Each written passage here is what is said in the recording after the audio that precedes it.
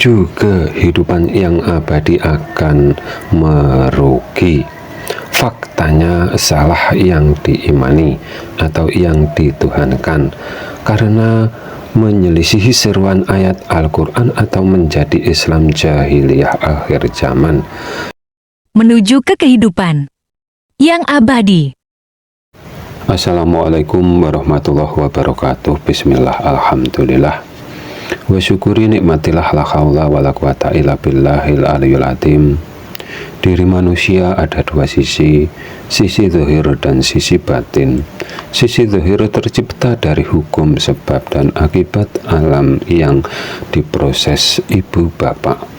Setelah 120 hari calon bayi yang sudah berbentuk jasad manusia, Allah Subhanahu wa Ta'ala meniupkan ruh ke jasad calon bayi yang di dalam kandungan ibu atau yang disebut kun fayakunnya Allah Subhanahu wa Ta'ala.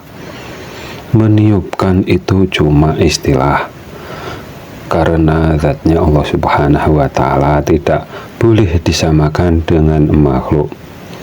Di sifatnya disebutkan zatnya maha satu. Kalau zatnya manusia ada kepala, badan, tangan, kaki, dan lain-lain. Dan diserukan di ayat Al-Quran, jangan samakan, jangan sekutukan Tuhan dengan makhluknya. Yang menyelisihi yang disembah berhala atau disebut di dalam kekafiran dirinya sendiri. Ayat-ayat Al-Quran itu dari perkataannya Allah Subhanahu wa Ta'ala dan sabda baginda Nabi Muhammad Sallallahu Alaihi Wasallam. Bila kita berselisih pendapat agar kembali ke kitab suci Al-Quran yang berani menyelisihi seruan ayat Al-Quran, juga menyelisihi sabdanya baginda Nabi Muhammad Sallallahu Alaihi Wasallam, yang disembah atau yang dipuja hanyalah berhala.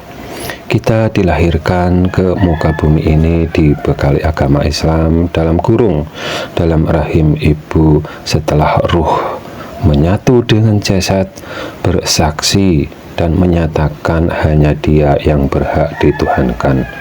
Oleh sebab itu, bila iman Islam dipahami dengan hati pikiran, akan terjebak di dalam kekafiran dirinya sendiri, karena yang dapat dipahami hati pikiran hanya sebatas makhluk saja, tidak lebih. Pernyataan ruh itu untuk dilaksanakan di kehidupan ini agar sampai akhir hayat tetap iman Islam. Yang salah iman berarti non-muslim. Yang disebut Islam yang rahmatan lil alamin itu dari Nabi Adam sampai baginda Nabi Muhammad Sallallahu Alaihi Wasallam, agamanya dari Allah Subhanahu wa Ta'ala. Iman kepadanya dan semua syariat itu darinya. Perbedaan syariat itu juga disebut rahmatan lil alamin darinya, dan syariat Nabi yang lain tidak boleh dihukumi sesat. Orang yang menghukumi sesat syariat yang diajarkan Nabi yang lain dalam kehidupan atau menuju kehidupan yang abadi akan merugi. Faktanya salah yang diimani atau yang dituhankan, karena menyelisihi seruan ayat Al-Quran atau menjadi Islam jahiliyah akhir zaman.